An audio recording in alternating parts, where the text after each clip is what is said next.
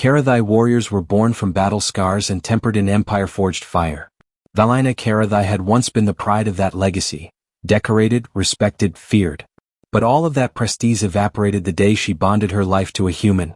To her people, Garrett Pierce was a soft creature. Unarmored flesh, weak muscle, a scholar whose hands held pens instead of blades. They mocked the Union. Her noble lineage cut ties, and soldiers who once fought beside her now pretended she didn't exist. Velina told herself she didn't care. She chose love over legacy. Yet even love did not quiet the ache of being cast aside. That ache vanished the instant the Starlight Meridian shook under explosive impact. All passengers to secure locations. This is not a drill. Raksha pirates have breached the hull. The captain's order boomed through the ship. In a heartbeat, every battle instinct Velina possessed surged back. Her scaled hide hardened, claws extending in readiness. She turned to Garrett, her fragile human husband, expecting terror. Instead he was calm, steady, focused. "Get to the safe room," he said softly. She nearly laughed in disbelief. Get to the safe room? She was Korathi. She was the fighter. He was the academic. "You go," she snapped. "You can't defend yourself. I will not lose you to scavengers." But there was something in his eyes, something sharp, commanding. "Velina," he repeated, voice quiet but unyielding, "I need you to trust me." "Safe room. Lock the door. Do not come out unless I come for you." Her breath stalled. This was not the tone of a librarian husband. This was a tone that brooked no argument. Before she could demand an explanation, Garrett moved to a compartment she had never noticed. A hidden case. His hands entered a code too fluid to be random. The case opened, and her world broke open with it. Inside rested weapons no civilian should possess. Armor engineered for covert war. Gear stamped with classified Earth Special Operations insignia. "Who are you?" Velina whispered. Garrett began securing the armor, every movement muscle memorized and lethal. "I'm the man who loves you more than life," he answered. "But before that I spent 12 years in special operations. I hoped those days were over." The ship shook again. Screams echoed. Garrett's visor sealed shut. And for the first time in decades Velina felt fear, not of the pirates, but of the human she thought she understood. The blast doors sealed behind Velina as she stepped into the safe room, but her feet refused to obey the order to stay still. She activated the wall console, accessing the internal ship cameras. If she could not fight beside her mate, she would witness how badly he needed her. And then she saw him move. Garrett didn't run like prey. He advanced like a blade, silent, precise. One moment he was visible, the next he had vanished into shadows the cameras barely tracked. The Raksha pirates were Kryaks, towering, scaled fighters with reflexes tuned to violence. They cut down the security teams in minutes, leaving wounded crews scrambling for shelter.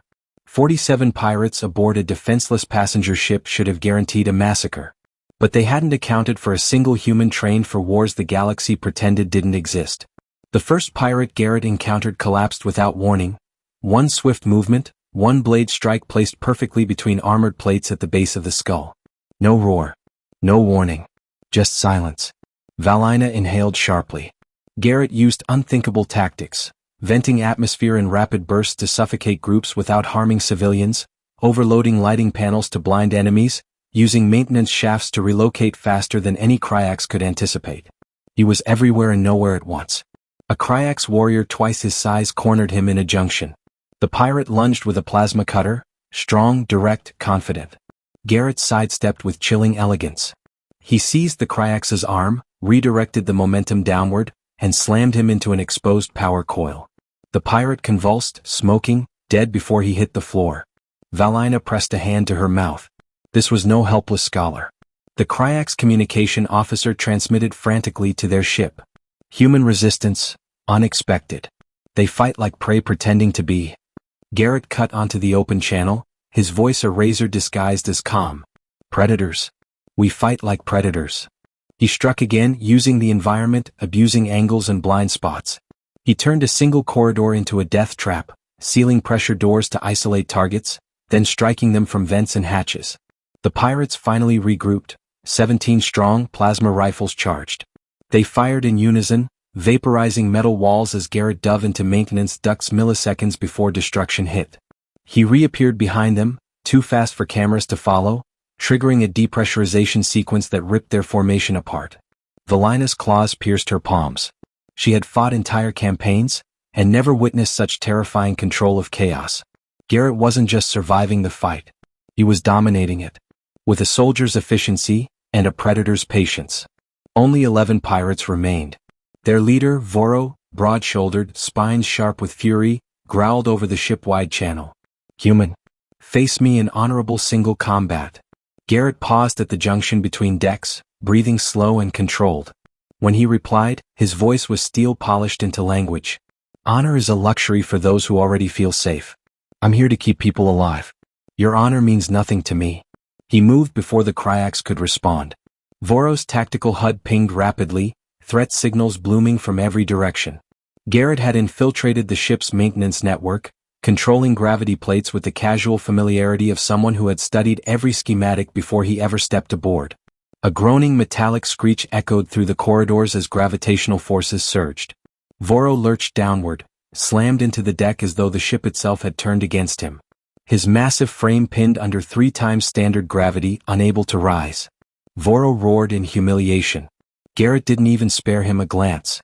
One by one, the remaining pirates were neutralized, shot with their own weapons, locked inside emergency blast compartments, or unconscious before their brains realized they were under attack. He used whatever the environment provided. Exposed conduits, retracting bulkheads, pressure valves. Not once did he allow direct combat on enemy terms. Not once did a pirate land a blow. 23 minutes after he'd sealed the cabin behind him, the Raksha collective surrendered. All combatants neutralized. No civilians dead. All survivors accounted for. Velina's hand trembled as she disengaged the safe room lock. When she reached him, Garrett was kneeling beside a wounded crewman, supporting their head while medical teams arrived. His armor was scorched, parts of it half molten. His stance betrayed exhaustion his voice never would. But his eyes, those same warm human eyes, lifted to hers. The warrior faded, replaced by the gentle scholar she'd married. "Are you hurt?" she breathed. Garrett shook his head. "Only tired." "You said you were a linguist," she whispered. "I am," he answered softly. "A linguist who learned too many ways to talk to dangerous people." Captain Zorak arrived, mandibles trembling in awe. "You saved this vessel. Earth will hear of your valor." Garrett swallowed, uncomfortable. "I didn't act for medals. Just for the people who needed me." Velina's heart clenched. He had refused glory, just as he had refused fear. And in that moment she knew. Humans are not terrifying because they fight. Humans are terrifying because they fight only when they must. And then nothing survives that stands in their way. The ship limped into port 3 days later, its hull scarred yet intact. Repair crews and medics poured aboard, followed quickly by curious officials and reporters. Word had already outpaced them. A lone human had defeated a full pirate boarding party. Velina expected Garrett to stand proudly before the accolades. Instead, she found him back in their cabin, peeling out of battered armor and placing it quietly back into the hidden case. When he emerged, it was not as the warrior who had shattered the Raksha collective. It was simply Garrett, her scholar. Studying ancient texts. Brewing tea. Existing gently in a galaxy that had forgotten gentleness. Her family, who once exiled her, now scrambled to reach them. Her former battle sisters, fearless warriors, now wished introductions, suddenly eager to understand the dangerous human. Admirals wanted strategic consultations. Military recruiters wanted a legend. Garrett politely refused them all. "I didn't save the ship to become a symbol," he told her. "I saved it because you were on it." That night, as they lay together in the quiet hum of life support, Velina traced the new scars on his skin. She finally understood. The galaxy saw humans as weak because they lacked claws, armor, venom, or strength. But humans survived their death world through something far more lethal. Humans could choose peace until they chose war. Humans could choose patience until patience cost lives. And when a human decided someone they loved was in danger, they became the most dangerous creature in the galaxy. Garrett looked at her with the same vulnerability he'd shown the first day they met. "I'm sorry you had to see who I was," he whispered. Velina cupped his cheek with steady claws. "No. I'm honored. You are not a weapon, Garrett Pierce. You are a man who chooses when to become a weapon. And that makes you more powerful than anyone I have ever known." His breath trembled, not from fear but relief. She rested her forehead against his. "My people called me foolish for marrying a human," she said. "They were wrong. I did not marry weakness. I married restraint. Garrett chuckled softly. I'm going to need a lot of tea. And I will make it, she promised. Because we are partners, in peace, in war, in everything. The galaxy learned a new truth aboard the Starlight Meridian. Humans are not unstoppable. Until they decide they cannot stop. And when that moment comes, the smartest thing any enemy can do is run.